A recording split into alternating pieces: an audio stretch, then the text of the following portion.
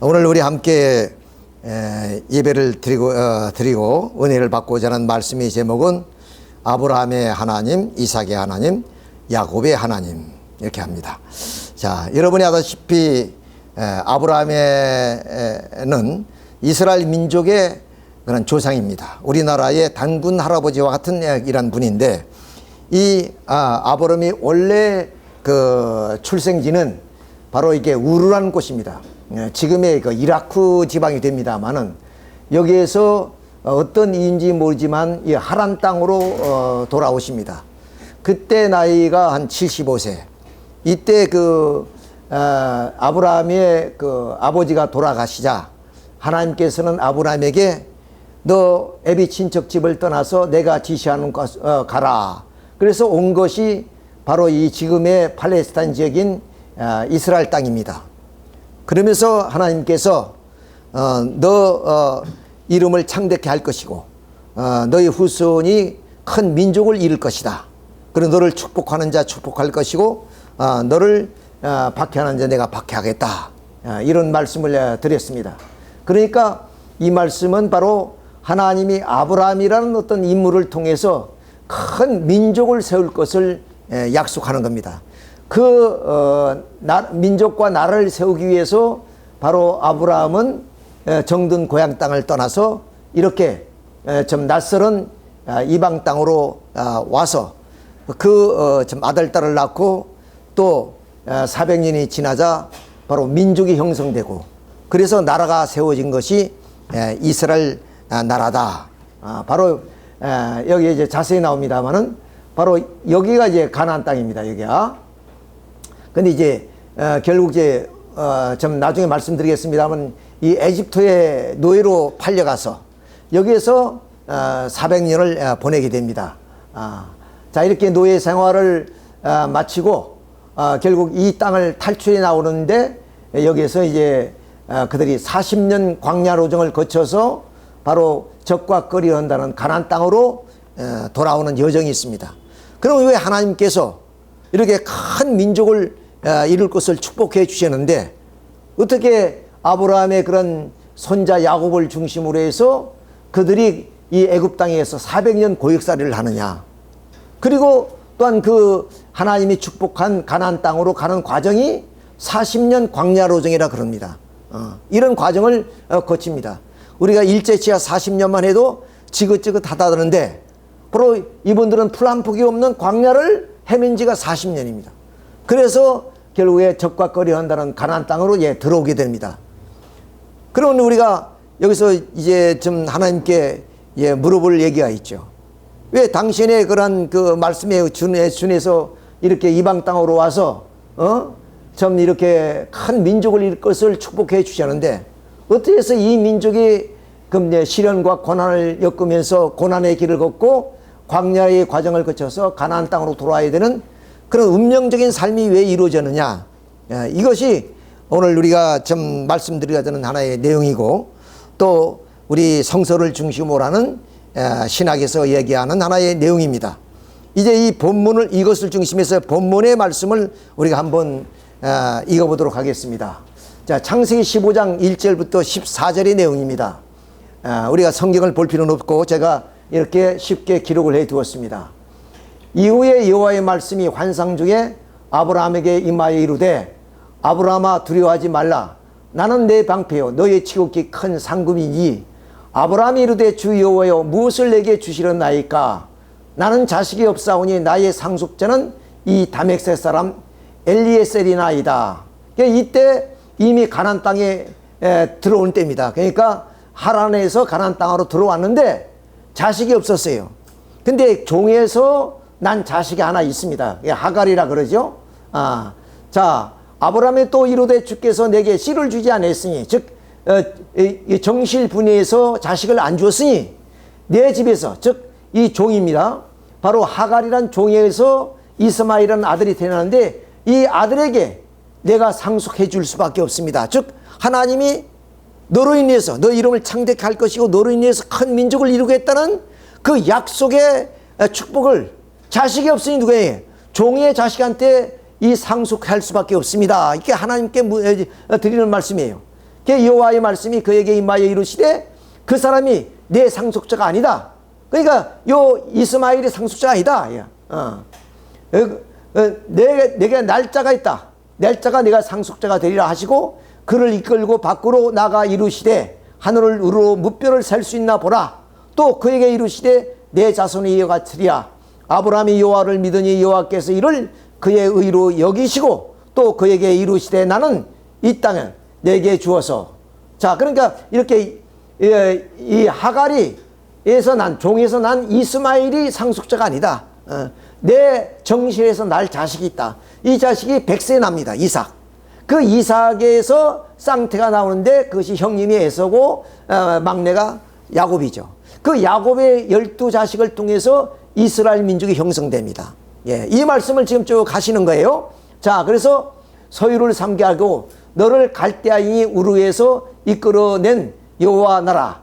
그가 이르되 주 여호와께서 내가 이 땅의 소유를 받을 것을 무엇으로 알리까? 여호와께서 그에게 이르시되 나를 위하여 3년 된 암소와 3년 된 암염소와 3년 된 순양과 산비둘기와 집비둘기 새끼를 가져올지니라. 아브라함이 그 모든 것을 가져다가 그 중간을 쪼개고, 쪼갰어요. 그 쪼갠 것을 마주 대하여 놓고 그 새는 쪼개지 아니했으며 솔개가 그 시체 위에 내릴 때 아브라함이 쫓았더라. 해질 때 아브라함의 깊은 잠이 임하고 큰 후감과 두려움이 그에게 임하였더니 여호와께서 아브라함에게 이르시되 너는 반드시 알라. 내 자손이 이방에서 객이 되어 그들을 섬기겠고 그들은 400년 동안 내 자손을 괴롭히느니라. 그들이 섬기는 나라를 내가 징벌할 것이며 그 위에 내가 손에 큰 재물을 이끌고 나오리라 그랬습니다. 아까 사진을 본 것처럼 가나안 땅에서 결국 이 비둘기 하나를 쪼개지 아니함으로 인해서 애굽 땅에 들어가서 400년 고역살이 하다가 민족적인 지도자 모세를 만나서 이제 애굽 땅을 탈출하는 엑소더스가 이루어지게 되죠. 자, 이런 그 본문의 말씀을 중심으로 해서 바로 이렇게 창세기 15장 7절의 말씀이 암소와 양과 비둘기를 쪼개서 이렇게 바치게 됩니다. 근데 비둘기 하나를 쪼개지 않아요. 근데 그날 저녁쯤에 솔개가 비둘기 위에 내립니다. 그때 하나님이 아브라함에게 나타나서 정녕 네가 알라. 내 후손이 애굽에서 400년간 고역살이 할 것이다. 이렇게 이제 말씀을 이제 내리시는 거죠. 자, 그러면 이렇게 비둘기를 쪼개지 않은 것이 죄가 된 것이 쉽게 말하면. 자, 이건 너무나 간단한 건데 어떻게 이 민족이 400년 동안 그야말로 이런 고역살이를 하느냐. 우리가 일제 치하 40년은 결국 이 1840년 중국이 아편전쟁에 지면서 결국 그 조그만 섬나라가 중국 대륙을 집어삼키잖아요. 이때부터 우리는 쇄국 정책을 펼쳤고 세계 정세에 그럼 눈이 어두웠던 우리 조선 정부는 그야말로 좀 일본의 그런 그 무력 앞에 굴복할 수밖에 없었죠. 그런데 이 이스라엘 민족은 그것이 아니고 비둘기 하나를 안 쪼갠 것이 벌이 되어서 바로 이렇게 이방 땅으로 가게 됐다. 자, 그러면 이 쪼개야 되는 이유를 우리가 알아야 됩니다. 우리의 신앙생활이란 것은 바로 우리가 좀 타락으로 말미암아 사탄의 그런 혈통을 받고 태어난 우리들입니다. 그러니까 사탄의 주관권을 벗어나지 못하고 살아가는 우리들입니다. 그래서 우리 운명은 모두가 다 사탄의 그런 주관 속에서 살아가는 그런 존재가 되어버렸어요. 그러니까 우리가 태어남도 모르고 삶의 그런 과정도 모르고 죽음의 이유도 모르고 사후이세계도 모른 채 살아가는 거예요. 자, 이런 인간을 하나님은 우리를 이렇게 선과 악으로 분립해서 교회로 인도해 가지고 결국 우리를 하나님의 자녀로 구원해 주고자 하는 것이 우리의 신앙생활의 하나의 과정입니다. 그러니까 우리 개인에서부터 그런 종족, 민족, 국가, 세계 모두가 이렇게 사탄과 분립하는 섭리가 뭐냐면 신앙생활이에요. 자, 그래서 하나님은 일찍이 아브라함 가정에 이렇게 뭐냐면 아담 가정에서 가인과 아벨로 가르듯이 또 노아 가정에서 홍수 심판으로 선악을 분립했듯이 아브라함 가정에서도 이런 모든 만물을 상징하는 암소와 양과 비둘기를 통해서 쪼개서 바치게 함으로 말미암아 선악을 분립하고자 했던 겁니다. 자, 그래서 노아 가정도 홍수 심판을 했던 것이고 세계를 선과 악으로 분립하려던 것이고, 그러므로 인해서 어떻게 해서 사망이 피를 뽑아지는 거죠. 피가 흘림으로. 이래서 바로 이렇게 선주권을 세우고자 했던 것이 하나님의 아브라함 가정을 통해서 발했던 소망이었습니다. 그런데 이 아브라함이 비둘기 하나를 쪼개지 않음으로 인해서 소생 단계에서부터 이렇게 사탄이가 침범했기 때문에 이 모든 재물은 누구에게? 사탄에게 바쳐진 결과가 되어버렸고, 그래서 솔개가 내렸다는 말은 바로 이 재물이 뭐냐면 성별되어져 가지고 하나님의 거룩한 제단 앞에 바쳐진 이런 재물이지만은 결국 결과는 사탄 앞에 바쳤다는 사탄의 소유물임을 확인해 주는 결과가 되어버렸다. 그러니까 이 재물은 하나님의 그런 받을 수 없는 재물이 됐고, 사탄의 그런 앞에 바친 재물이 되고 사탄의 소유물을 확인해 주는 바람에 결국에 그 결과는 후손들이 애굽에 가서 400년 고익살이를 하게 된다. 그럼 왜 400년이냐는요? 40년만 해도 되는데 왜 400년간 애굽살이를 해야 되느냐 하는 이유를 우리가 알아야 됩니다. 그것은 상징헌재 실패의 결과로 말미암아 지금까지 아브라함을 때까지 2000년 역사 동안에 이렇게 선악을 분립해서 모든 것을 탕감하셨던 모든 것이 실패된 결과가 됩니다. 왜? 아담 이후에 복귀하였던 노아 이후에 아브라함, 이 아브라함은 모두 아담과 노아의 실패한 것을 탕감복귀하고자 해서 세워진 중심인물이에요. 그 중심인물이 실패함으로 인해서 지금까지 선악 분립 역사가 모두가 실패로 돌아갔다 그 말입니다. 그래서 이렇게 노아로부터 아브라함까지 이렇게 400년을 선악을 분립해왔던 섭리가 헌재를 통해서 완전히 탕감복귀하려다가 실패했으니까 이것을 다시 한번 탕감복귀하는 하나의 섭리가 필요하니 그것이 이스라엘 민족의 애굽에 들어가서 바로 아브라함이 상징헌재 실수를 탕감복귀하는 과정이다 그 말입니다. 근데 하나님의 놀라운 섭리는 뭐냐? 이렇게 그런 사탄이 침범한 것을 탕감복귀하는 역사이기는 하지만은, 그러나 또 이 400년은 이 씨족과 종족이 민족을 형성해서 바로 이 땅 위에 메시아를 기대를 조성할 수 있는 민족적 발판을 닦는 하나의 기간이기도 하다 그 말입니다. 그러니까 하나님의 한편으로는 하나님의 택했던 그런 아브라함의 후손들이 고난의 길을 걸어가지만 그 고난을 잘 참고 견디어서 승리하면은 그 기반 위에 민족이 세워지고 그 민족 위에 메시아를 보내주시겠다 하는 하나님의 그런 섭리의 내용이었다 하는 것을 알아야 됩니다. 그러니까 우리가 예를 들어서 A라는 사람이 전도되는데 그건 큰 하나님의 큰 인물이라고 생각하고 애중지에서 그들에게 하나님의 큰 뜻을 맡기려고 했지만 그분이 만일에 좀 하나님의 뜻과 반대의 길을 가게 되면 그보다 더 훌륭한 사람을 하늘은 보내주는 겁니다. 그래서 종교 역사가 발전해 나오는 겁니다. 자, 그렇기 때문에 하나님의 섭리는 손해보는 것 같지만 결국에 그 중심 인물들이 책임을 다하게 되면 그 이상의 몇 배의 축복을 내려주신다는 것을 우리는 또 여기서 알 수가 있는 거예요. 자, 그러면 여기에서 아브라함이 그 상징헌재를 이거 이제 잘못했네요. 내가 이걸 지워야 되는데 잘못했습니다. 이게 반복되기 때문에. 자, 그러면 여기에 이제 다시 아브라함이 상징헌재에 실패한 이후에 하나님이 또 이 이삭이라는 아들이 아까 말씀드렸습니다. 정실에서 난 자식이거든요. 100세. 이 100세에 난 자식을 뭐냐면 너 비둘기 양과 암소가 실패했으니까 이걸 드리라는 거예요. 이걸 드리는. 기가 막힌 사실 아닙니까? 그러니까 우리가 비둘기 양과 암소를 드린 것은 상징헌재라 그래요. 근데 이 100세에 난 아들을 헌재하라. 이렇게 하나님이 또 지시가 내려집니다. 자, 하나님의 말씀이 엄중한데 이걸 거절할 수가 없겠죠. 자, 이게 아브라함이 아까 말씀드렸지 이 상징헌재를 드리는데 실패했습니다. 그러자 하나님께서는 다시 100세에 난 이삭을 헌재 드리라. 그것도 모리아 산상에. 이 모리아라는 산이 지금 예루살렘 성에 있는 곳입니다. 예, 거기 가서 예배를 드리라 그런 겁니다. 제사를 지내라는 거예요. 자, 그런데 하나님의 섭리를 보면 실패한 인물을 다시 그러면 쓰신 그런 적이 없습니다. 자, 아담 가정에서 좀 가인과 아벨이 실수하니까 그 대신 노아를 택하셨죠. 노아 가정에 실패하니까 아브라함을 택하셨습니다. 그러면 이렇게 아브라함이 또 실수했으니까 아브라함을 다시 기용할 수가 없어요. 반드시 다른 중심 인물을 세우는데 왜 아브라함을 다시 세워서 이삭 건재를 하게 하는 이유가 무엇이냐? 그런 원리를 우리가 이제 알아야 됩니다. 자, 아브라함은 아담, 노아, 아브라함 3대째입니다.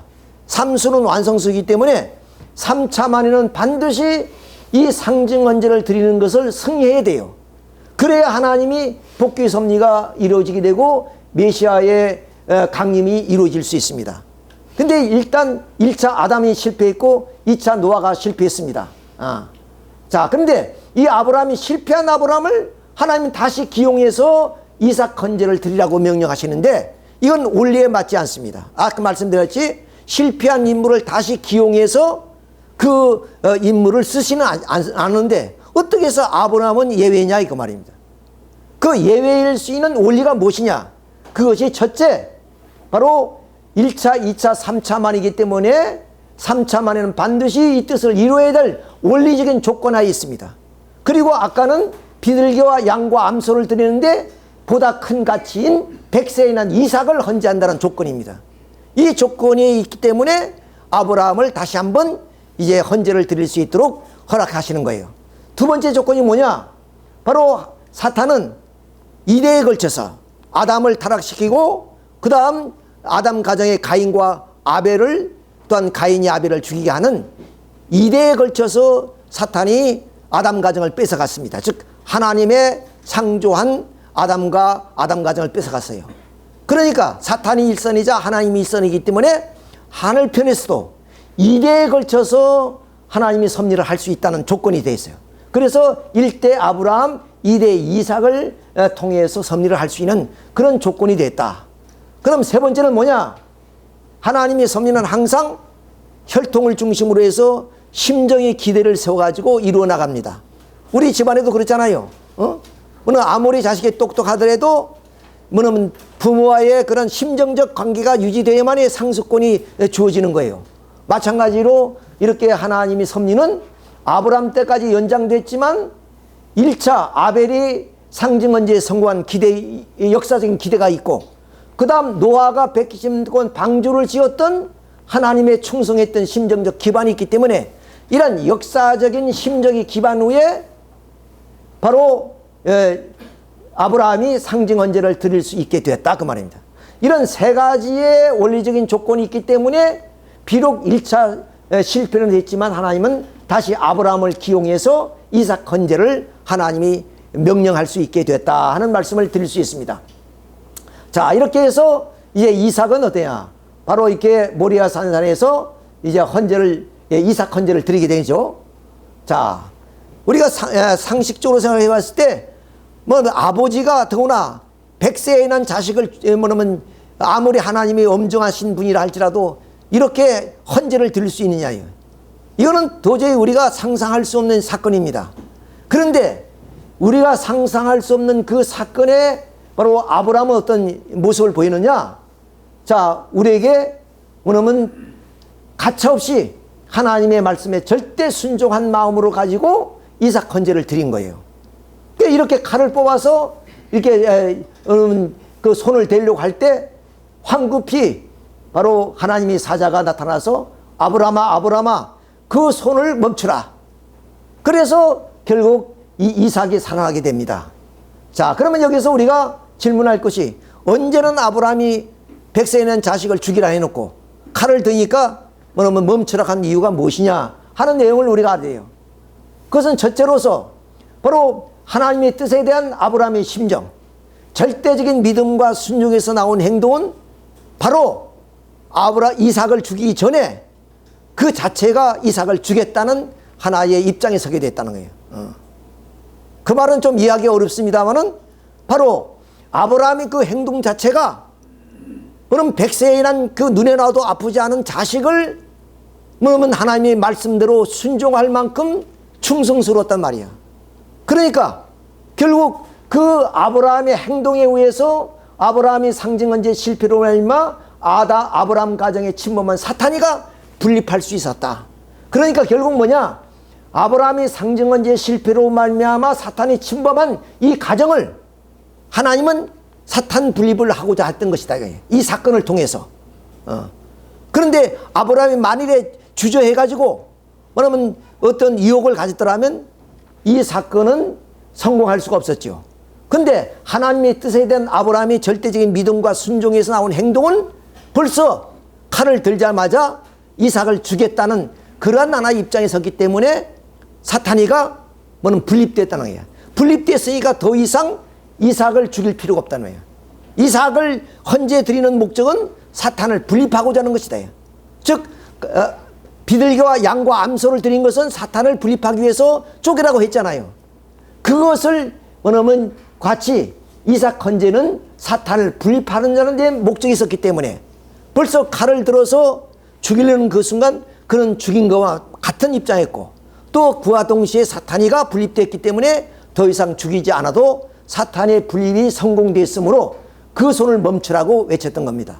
자, 이렇게 심정적 하나의 일치를 이루어서 이삭을 죽였던 입장에 서게 되므로 이삭이 사탄 분립돼서 이삭은 하늘 편에 서게 됐고 그런 의해서 아브라함을 중심한 복귀 섭리는 이제 이삭을 통해서 가게 됐다 그 말입니다. 좀 어려운 얘기입니다. 이건 신학적으로 아무리 훌륭한 신학자도 이것을 풀지 못하는 하나의 내용입니다. 그래서 이 내용이 목사님들은 얘기를 잘 하지 않습니다. 대단히 어려운 얘기예요. 이건 어떻게 보면 심정적인 그런 얘기 때문에 그럼 심정적으로 우리가 이해를 받아들이지 않으면 이해할 수 없는 그런 내용입니다. 자, 그래서 이렇게 좀 3일 기간에 모리아에 가서 이렇게 이삭 헌재를 성공하고 그래서 이제 사탄을 이제 분립하게 됩니다. 자, 이렇게 해서 아브라함이 실패했지만은 결국에 아브라함은 이런 조건에 의해서 이삭 헌재를 했고 이삭 헌재가 성공함으로 하려면 하나님의 섭리는 아브라함에서 이삭으로 연장하게 됐다. 이삭이 아버지 아브라함을 대신해서 이 상징 헌재를 드리게 됐다. 그런 얘기입니다. 좀 대단히 어려운 얘기긴 합니다만은 그러나 반드시 이 말씀을 드려야 되기 때문에 그렇습니다. 자, 그런데 이제 메시아를 위한 기대를 이 말씀을 먼저 드리지 못한 것이 뭐냐면 이렇게 아브라함을 불러서 일한 과정은 뭐냐? 모두가 마지막 민족과 국가를 세워서 이 땅 위에 구세주 메시아를 보내기 위한 하나의 기반을 닦는 거예요. 왜? 이 땅 위에 모두가 사탄 세계이기 때문에 그런 기반이 없이 메시아를 보내면 메시아가 죽을 수밖에 없습니다. 그래서 온전히 이 땅 위에서 메시아가 왕으로 등극해서 인류를 구원할 수 있는 모든 힘의 기반을 닦기 위해서는 어떠냐? 이런 하나의 개인에서부터 가정 그리고 종족, 민족이란 기반이 쌓아져야 된단 말이죠. 예, 그런 민족을 그런 기반을 쌓는 하나의 과정입니다. 그 과정 속에 이렇게 아브라함이 등장한 거죠. 자, 아브라함이 이렇게 성장이 이제 실패했잖아요. 상징 헌재. 근데 여기에서 아까 말씀드린 아브라함이 이삭 헌재를 드리는데 함으로 인해서 어떻게 되냐? 아브라함이 실패한 것을 실패하지도 않은 입장. 그리고 아브라함에서 이삭으로 종적으로 연장된 것도 연장되지 않았다는 하나의 조건이 성립된다 그 말입니다. 이삭 헌재의 그런 하나의 내용이 바로 그런 의미를 가지고 있습니다. 예, 자세히 말씀을 드리겠습니다. 자, 그러면 하늘의 뭇별처럼 너희 후손이 이렇게 번창하리라 했습니다. 누구? 하갈에 난 이스마엘을 통해서가 아니라 너의 정실 그런 부인에서 난 그런 이삭이 그런 후계 구도가 이렇게 될 것이다. 이런 말씀하신 거예요. 이 아들을 바치라는 거 아닙니까? 이 아들을 이렇게 바쳤단 말이에요. 이렇게.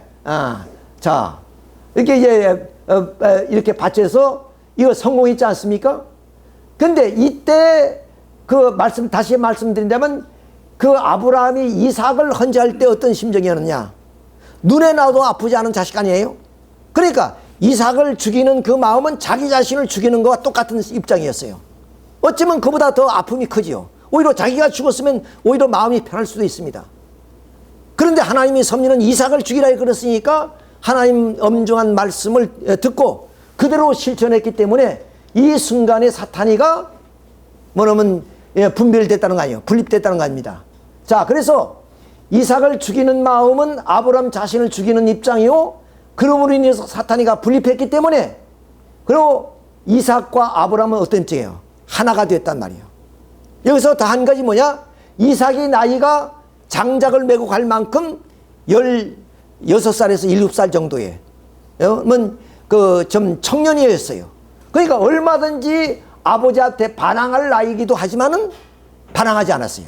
그러니까 아브라함의 믿음만큼 그 아들 이삭도 아버지한테 절대적으로 순종했다는 거예요. 그러니까 아브라함은 하나님께 절대 순종했고 이삭은 하나님의 뜻을 중심한 아버지 아브라함한테 절대 순종함으로 알마 이 헌재가 성공한 겁니다. 그렇죠? 그러니까 이 말은 뭐냐? 아브라함의 그런 마음과 이삭의 마음이 하나가 됐고 또 하나님의 뜻을 중심한 그런 하나의 심정이 일치를 이뤘기 때문에 이 헌재가 성공할 수 있었다 그 말입니다. 그러니 아브라함이자 이삭, 이삭이자 아브라함 즉 개체는 서로 다르지만 뜻을 중심으로 보면 하나다 그 말이에요. 하나가 됐다. 자, 이름으로 인해서 이삭의 성공은 아브라함이 성공이 되는 겁니다. 자, 그렇기 때문에 이게 아브라함과 이삭이 상징헌재에 성공하고 해서 일치를 이뤘으므로 이것은 어때요? 아브라함 일대가 된 것과 같다 그 말입니다. 지금 그러니까 이 말은 다시 말하면 아브라함의 상징헌재에 드리기 이전으로 돌아온 입장입니다. 컴백되어 있는 상황이다 그 말이야. 그러니까 과거의 상징헌재가 드렸다는 것이 이런 그것은 완전히 제외되고 이제 새롭게 출발하는 입장이 되겠습니다.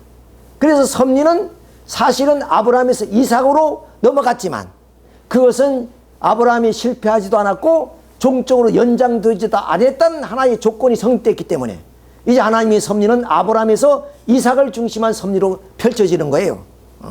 이런 놀라운 기적 같은 일이 벌어지게 됩니다. 자, 그래서 이제는 아브라함은 상징헌재 실패했으니까 그가 직접 드릴 수 없고 한 몸을 이룬 이삭이 헌재를 드렸어요. 중심이 무리했죠. 그래서 3일간의 탕감기간을 거쳐서 바로 조건물인 양을 수풀에 걸린 양을 잡아다가 실제 헌재를 드렸습니다. 그러니까 이삭이 아브라함 대신 상징헌재에 성공했으니까 이삭과 한 몸을 이룬 아브라함이 승리가 되는 거예요. 이삭의 승리가 아브라함의 승리가 됐단 말이에요. 예, 이것을 일대로 보니까 2대가 아니고 2대긴 2대인데 그들이 심정적인 일치를 이뤘으니까 1대로 본다 이거예요. 그래서 아브라함은 실패하지도 않았고 그리고 종적으로 연장되지도 않았다는 하나의 조건이 성립되어진 것이다 하는 말씀을 드릴 수 있습니다. 자, 이렇게 해서 사탄을 분립한 아브라함 가정을 중심한 섭리는 이제 실수 이전의 입장으로 복귀되어 가지고 사명을 이제 아브라함에서 이삭으로 인계하게 되고 아브라함은 또 이삭은 그 아버지의 뜻을 받들어서 이제 그 하나님의 믿음의 기대를 중심으로 하는 메시아를 위한 기대를 세워나가게 됩니다. 자, 이런 섭리를 이룰 때까지 하나님이 노심초사 얼마나 수고를 하셨느냐 이것을 우리가 알아야 되고 그래서 이스라엘 민족사는 그냥 단순하게 시간과 더불어 이렇게 흘러온 역사가 아니라 이런 곡절과 사연을 가지고 이스라엘 민족사가 펼쳐졌다는 것을 우리는 알아야 됩니다. 자, 이런 내용들이 신학자들이 밝힐 수 없는 내용이었어요. 그 성서에는 주님이 오실 때는 어떠냐? 바로 그 비유와 상징으로 되어 있던 말씀을 밝히 일러주신다 그랬습니다. 그래서 이 땅 위에 참본 오시는 우리 참부모님께서 이 말씀을 밝힌 거예요. 이건 어느 신학자도 이걸 밝히지 못했던 내용을 바로 우리 문총재님께서 이렇게 밝히셨다 하는 것을 우리가 알 수 있습니다. 자, 그러면 아브라함이 이런 메시아의 기대를 아브라함 가정을 통해서 어떻게 이루었냐 하는 것을 자세히 살펴보도록 하겠습니다. 자, 첫 번째 메시아를 위한 기대를 세우는 것. 이 말이 뭐냐면 이거 대단히 중요한 말인데 이미 말씀드린 것처럼 메시아를 맞이하기 위해서는 힘의 기반이 있어야 된다. 자, 그 미국의 독립선언문에 보면 이런 글이 있습니다. 왜 우리가 정부를 세워야 되느냐, 나라를 세워야 되느냐? 천부가 부여해준 생명, 그리고 자유, 그리고 행복의 추구권을 지키기 위해서 우리는 나라를 세운다 그랬습니다. 그렇습니다. 나라가 없는 민족은 그야말로 강자에 의해서 유린당하는 거예요. 그래서 이 세계도 그야말로 민족은 있지만 나라 없이 그럼 좀 그 고통받는 민족이 많잖아요. 그 중에 뭐 우리가 좀 티베트 민족, 이런 민족이 엄연히 나라가 있었지만은 바로 그 나라를 뺏겼기 때문에 그렇고, 우리도 40년 동안 우리 나라를 뺏기니까 우리 한민족이 일본의 그런 압제 속에 시달렸잖아요. 이렇게 나라 없는 민족의 슬픔이란 게 뭐냐? 힘이 없기 때문에 그렇습니다. 하나님도 똑 마찬가지예요. 이 땅에 하나님이 독생자 메시아를 보내는데 아무런 기반도 없이 보내겠습니까? 최소한도의 뭐냐? 가정, 개인, 가정, 종족, 민족을 세워야 됩니다. 그리고 그 민족을 뭐야? 국가를 세워야 돼요. 왜? 국가는 국방을 지킬 수 있는 군대가 있고 또 치안을 유지할 수 있는 경찰이 있습니다. 이런 힘의 기반이 있기 때문에 바로 메시아는 그 기반 위에서 바로 왕으로 바로 등극할 수 있는 거예요. 자, 이런 기반을 닦는 것이 메시아를 위한 기대입니다. 이것을 우리 문선명 참부모님께서 많이 강조하신 얘기고, 이것이 바로 우리 통일논리의 주류 사상입니다. 이것이 또 성경 66권이 모두가 이걸 위해서 쓰여진 내용들이에요. 이 내용을 오늘 기성교인들이 그걸 몰라서 그렇지. 자, 그러니까 이것을 어디서 하냐? 아담 가정에서부터 시작하려고 했어요. 근데 가인이 아벨을 살려야지요? 이렇게 죽여버립니다. 그래서 섭리가 실패되니까 다시 1600년이 지나서 노아 가정을 세우셨어요. 노아 가정에서 역시 가인과 아벨처럼 셈과 함을 세우는데, 이때 하나님의 그런 조건이 뭐냐? 아버지 노아의 나체를 부끄러워하지 않아야 된다는 거예요. 근데 그들이 부끄러워해서 가림으로 알마 바로 함은 아버지로부터 저주를 받습니다. 너희 형제의 종이 될 것이라고. 이래서 실패합니다. 그래서 3차 만에 누구냐? 아브라함을 세운 거예요. 근데 아브라함의 상징은 이제 실패해버려요. 실패하지 않았더라면 누가냐? 여기에 이삭이 뭐냐면 나중에 낳죠? 그러니까 이스마엘이 종에서 낳지만 장자가 되고 이삭은 차자가 돼서 이 가인과 아벨, 셈과 함처럼 이스마엘과 이삭이 뭐라고 가인 편과 아벨 편을 통해서 이루어지는 겁니다.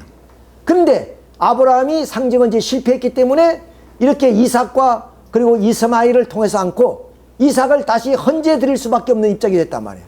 그래서 이삭을 중심으로 해서 여기서 누가냐? 에서와 야곱이 나오는 거예요.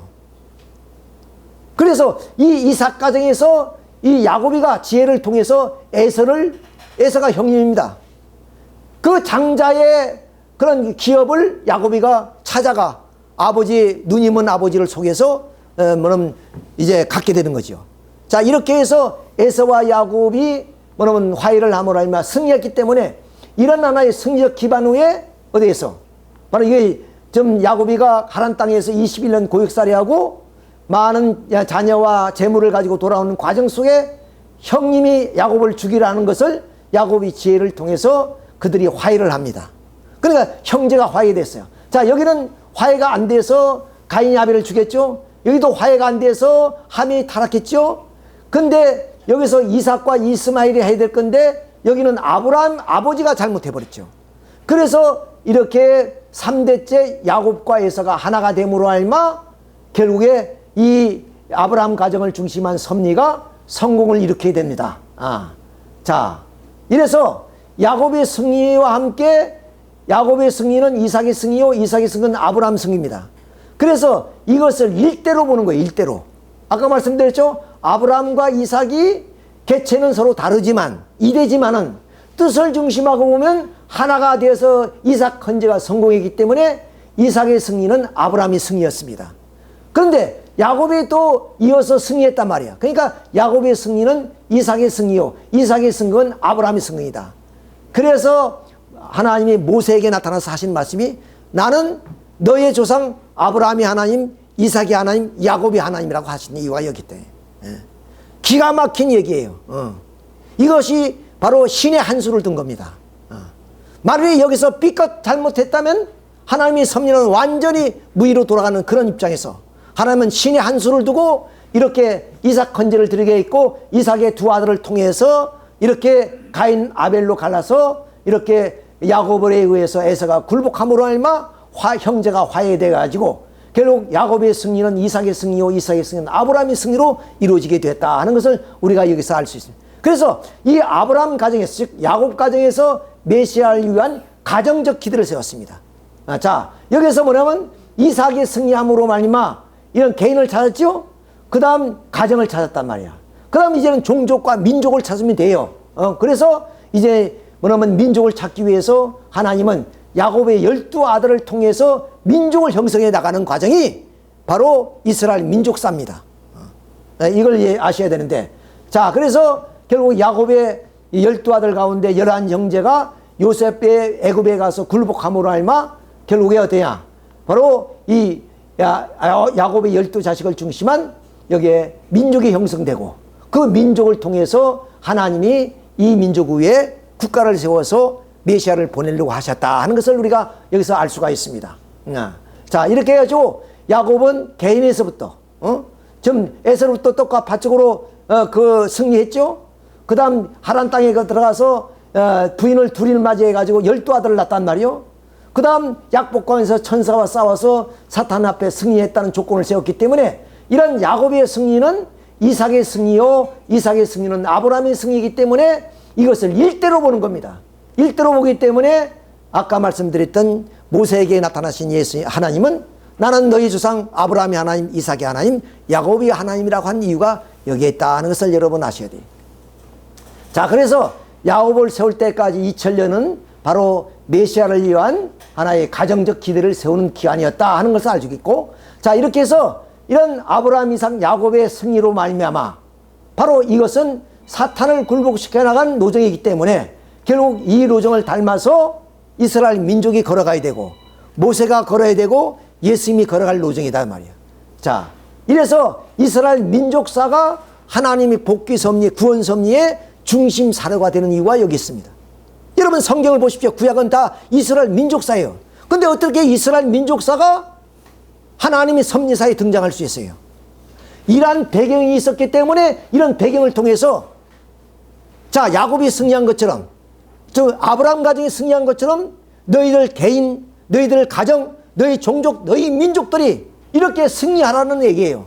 그 성서를 보고 그렇게 너희들도 믿음을 가져야 된다. 성서가 단순하게 우리가 개인 구원이라든가 성서를 무슨 맷독했다고 해서 구원되는 것이 아니라 이렇게 이스라엘 민족사에 아브라함, 이삭, 야곱 3대가 승리한 것을 너희들이 잊고 또 익어서 이처럼 너희들도 승리하라 그 말입니다. 그래서 메시아를 영접하라 그 말이에요. 그렇기 때문에 이 아브라함, 이삭, 야곱의 얘기가 창세기가 50장으로 되어 있습니다. 그래서 1장에서부터 11장까지는 노아 얘기예요. 노아까지 얘기예요. 그 다음 12장에서 24장까지는 아브라함 얘기입니다. 이삭까지. 25장에서부터 50장까지. 그러니까 창세기 전반이 모두가 누구 얘기예요? 야곱의 얘기로 장식되어 있습니다. 이렇게 야곱의 승리적인 하나의 내용을 너희들은 잊고 또 익어서 야곱처럼 지혜와 용기를 통해서 너희 신앙을 승리해 나가고 너희 가정을 승리로 이끌고 종족을 승리로 이끌어서 내가 보내주마는 메시아를 영접하라 그 말입니다. 그러니까 우리 민족의 2000년 역사를 통해서 이스라엘 민족사를 왜 공부해야 되느냐? 단순한 민족사를 공부하는 것이 아니라 그 민족사에 나타났던 승리적인 내용이 있단 말이야. 그 승리적인 내용인 야곱의 삶을 너희들이 잊고 또 익어서 그처럼 승리자가 되라. 그것이 바로 성서가 우리에게 주는 메시지 내용입니다. 이걸 오늘 기성인들이 몰라요. 그러니까 야곱의 얘기가 얼마나 위대하기 때문에 하나님이 나는 너희 조상 아브라함의 하나님, 이삭의 하나님, 야곱의 하나님이라고 했겠냐 그 말이야. 그리고 성서 전반이 다 야곱 얘기로 장식되어 있어요. 50장 가운데 25장이 야곱 얘기이단 말이야. 그래서 여러분들도 이제 집에 들어와서 성경에 야곱 얘기를 한번 쭉 해보세요.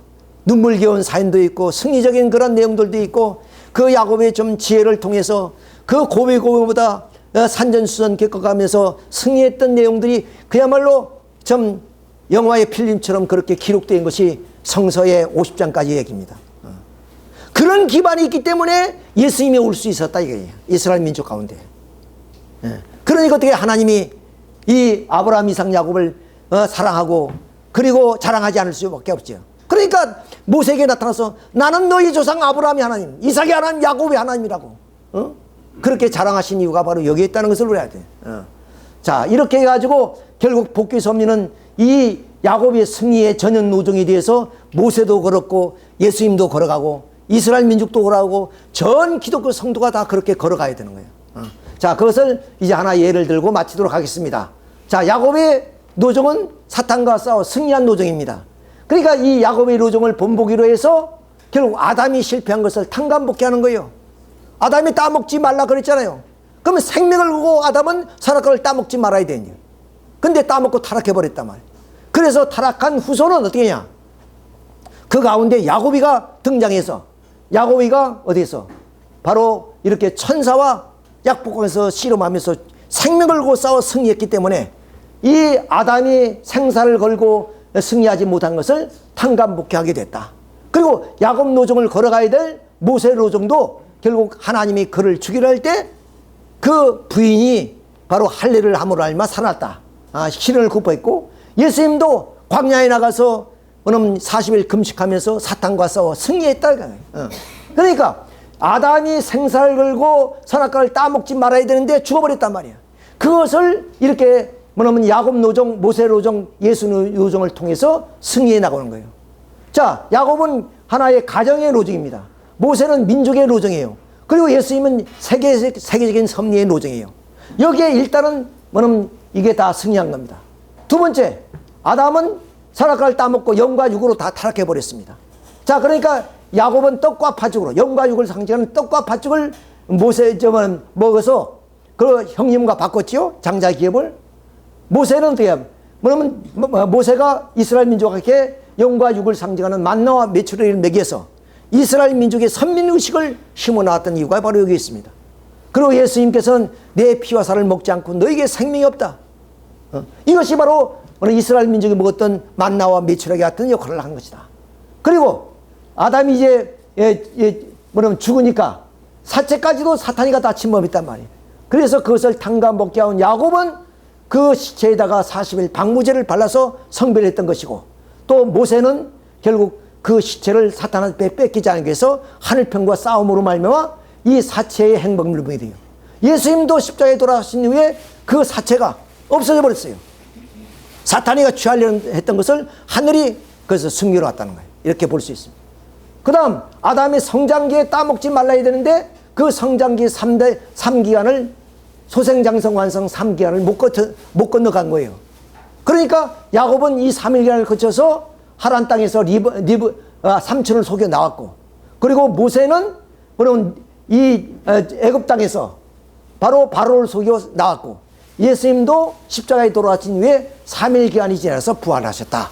그 얘기입니다. 그리고 야곱이 12자식이 두었지요.